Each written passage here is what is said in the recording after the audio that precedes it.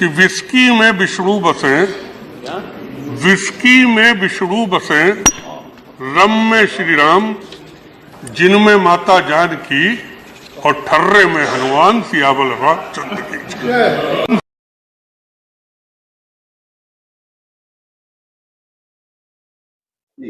नमस्कार, मैं हूं जसपाल सिंह। आप देख रहे हैं जागरूकता न्यूज। आज बहुत शानदार विषय पर हम बातचीत करने जा रहे हैं, जो समाज के लिए सही दिशा की बात करे, जहां राजनीति की सच्चाई नजर आए।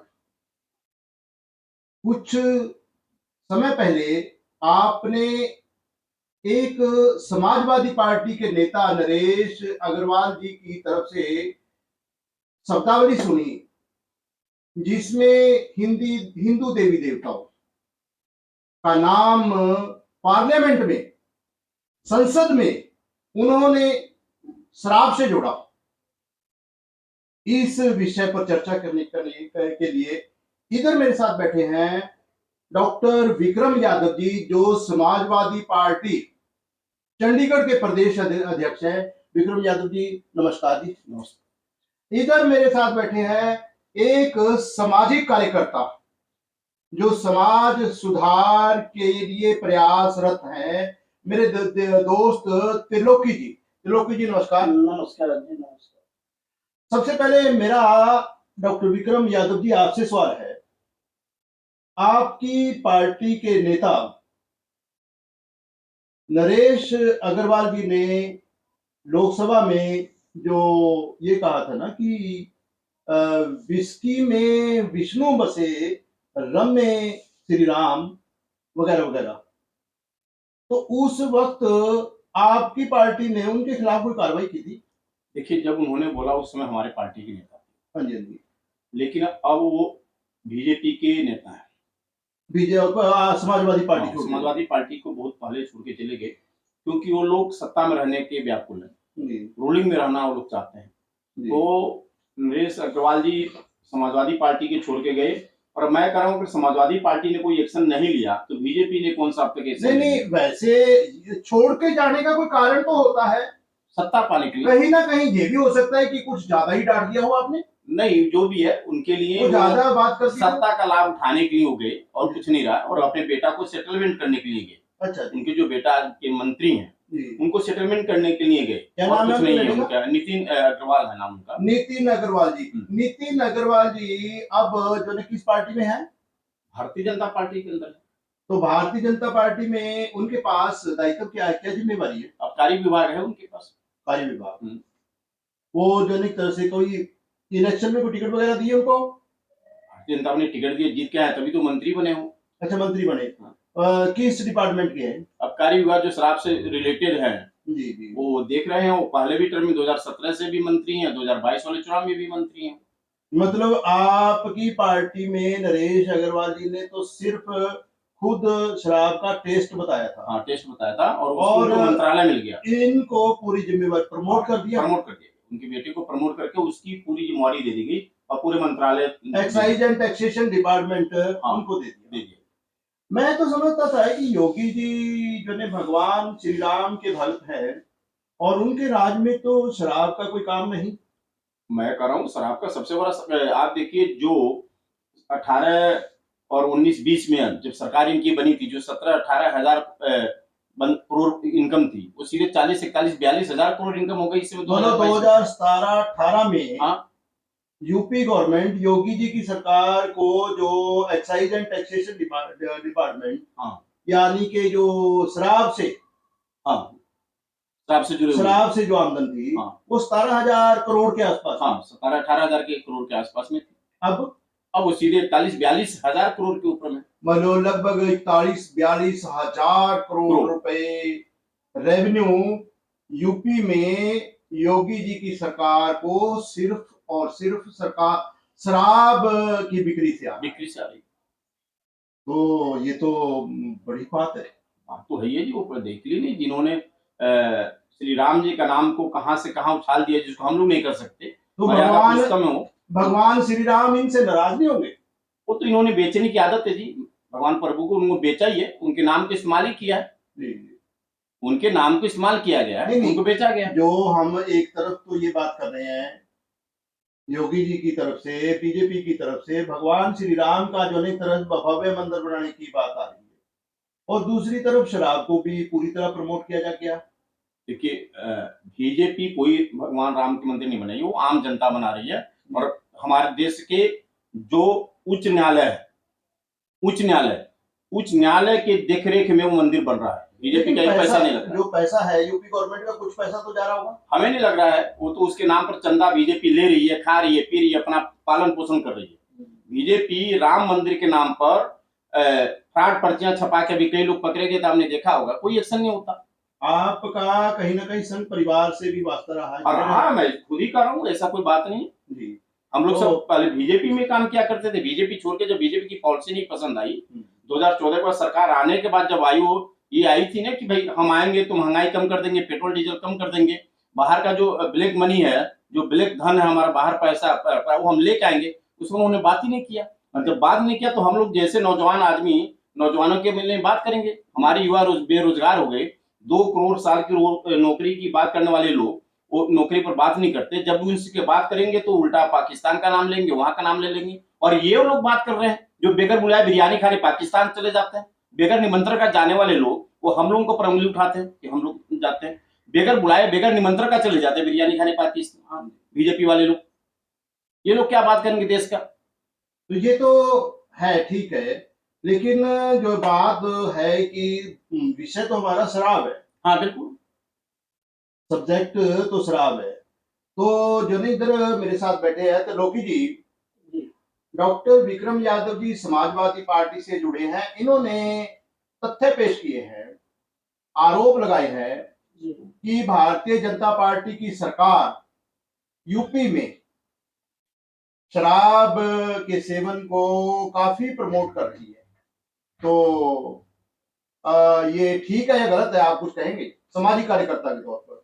सबसे पहले तो मैं बताना चाहता हूं कि मैं त्रिलोकी कुमार भारतीय शोषित समाज संघर्ष संगठन के कोऑर्डिनेटर है चंडीगढ़ के, और इसके दायित्व के अनुसार मैं आपको ये बताना चाहता हूं कि देश में भारतीय जनता पार्टी एक ऐसी पार्टी है जो जितना मर्जी गलत करे वो सही है, लेकिन अगर देश में हम और आप जैसे लोग समाज के प्रति अगर कोई आवाज उठाते हैं तो हमें देशद्रोही कहा जाता है, देशद्रोही घोषित किया जाता है। जबकि देश का प्रधानमंत्री हो या देश प्रदेश के मुख्यमंत्री हो, सभी लोग हमारे देश में भारतीय संविधान के अनुसार सभी लोग असंवैधानिक शब्द का उपयोग करते हैं, लेकिन उनके खिलाफ न कोई एफआईआर होती है, ना ही कोई देशद्रोह का पर्चा होता।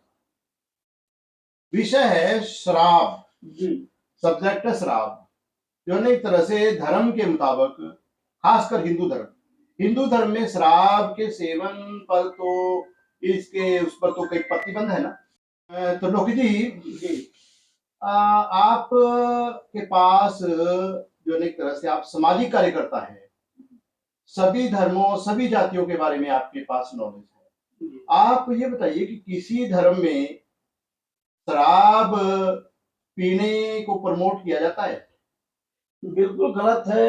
हम सभी देशवासी परम पूज्य बाबा साहब डॉक्टर भीमराव अम्बेडकर जी के द्वारा दिए हुए भारतीय संविधान के अनुसार सबसे पहले संविधान में दारू को वर्जित किया गया है, जिससे कि पीने से समाज में विकृतियां पैदा होती है।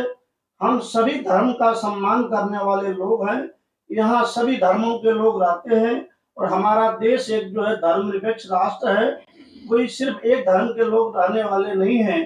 लेकिन दुर्भाग्य की बात यह है कि जो सरकार उत्तर प्रदेश में चल रही है, एक तरफ तो योगी आदित्यनाथ योगी का भगवा चोला पहनकर जब वो 2017 में उत्तर प्रदेश में सत्ता में आते हैं, तो उस समय जो वहां की आमदनी है आबकारी डिपार्टमेंट का, सरकार का, प्रदेश का एक्साइज एंड टैक्सेशन का, तो 17,000 करोड़ का बजट फायदा मिलता है सरकार को। लेकिन पिछले 4 साल का अगर आंकड़ा देखा जाए तो 45,000 करोड़ से 51,000 करोड़ का इनका एक ही साल का, जो डॉक्टर विक्रम यादव जी ने कहा है कि 2022-23 जी का जो बजट है वो आमदन 40,000 करोड़ रुपए से ज्यादा है, और पिछले 3 साल की 17,000 करोड़ की थी। जी पिछले साल 30,000 करोड़ के आसपास, जी 17 थी 51, और ये जो एक तरह से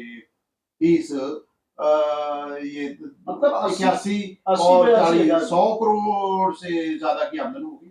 जी 100,000 करोड़ से ज्यादा की आमदनी पिछले 1 4 लाख साल करोड़ के, हाँ जी, 1,00,000 करोड़ 1 की लाख करोड़। 1,00,000 करोड़ की जो आमदनी सरकार को आ रही है, एक तरफ तो भगवा चोला पहन करके योगी आदित्यनाथ जी सत्ता में आए और उन्होंने कहा था कि हम ये सब चीजों को बंद कर देंगे, लेकिन आज दुर्भाग्य की बात है कि उत्तर प्रदेश जैसे प्रदेश में जिसकी जनसंख्या 22 से 24 करोड़ है, और वहां लोगों को दारू खुलेआम ठेके से माध्यम से या वहां के गांव बस्तियों में बिकवाया जा रहा है, जिससे कि आने वाला जनरेशन को पंगु बनाया जाए।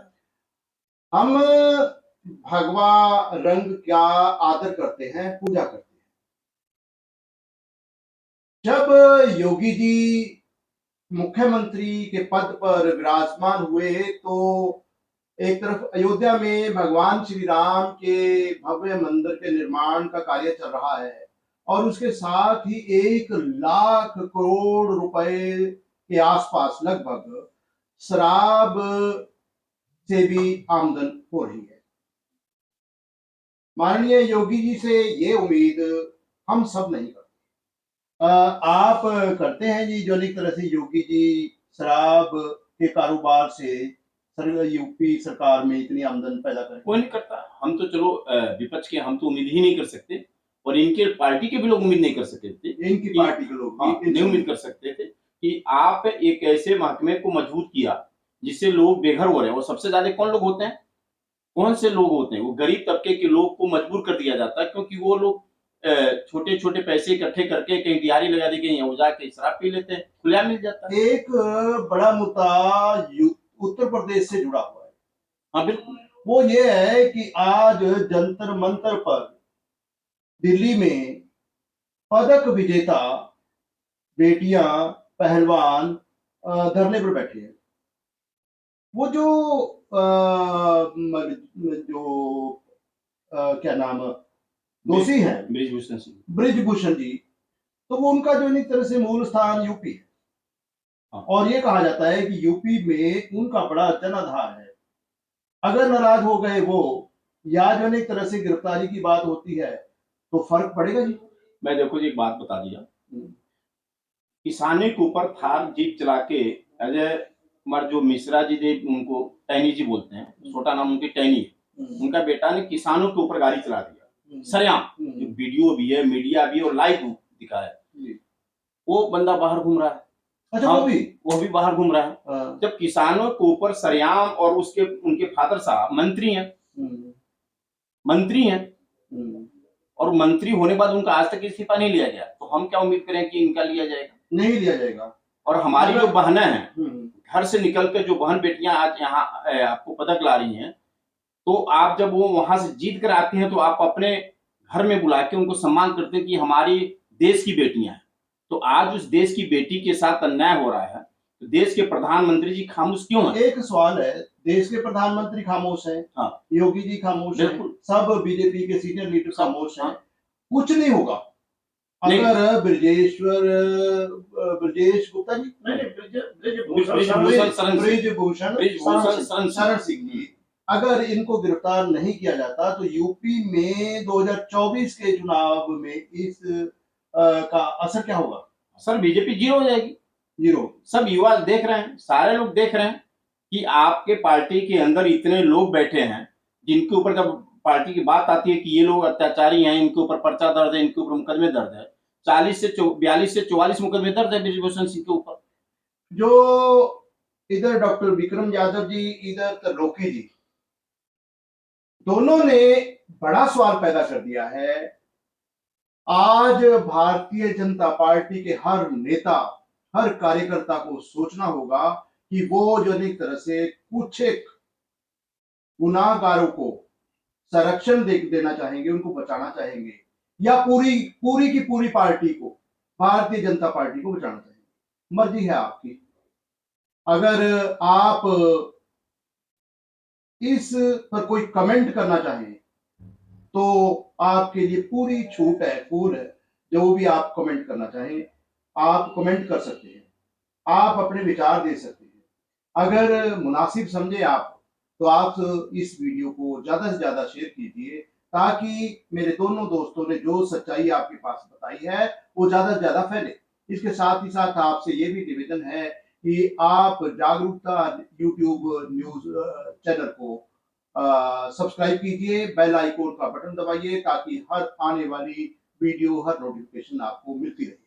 आप सबके मंगलमय भविष्य की कामनाओं के साथ साथ आप सबको सादर नमस्कार। बहुत बहुत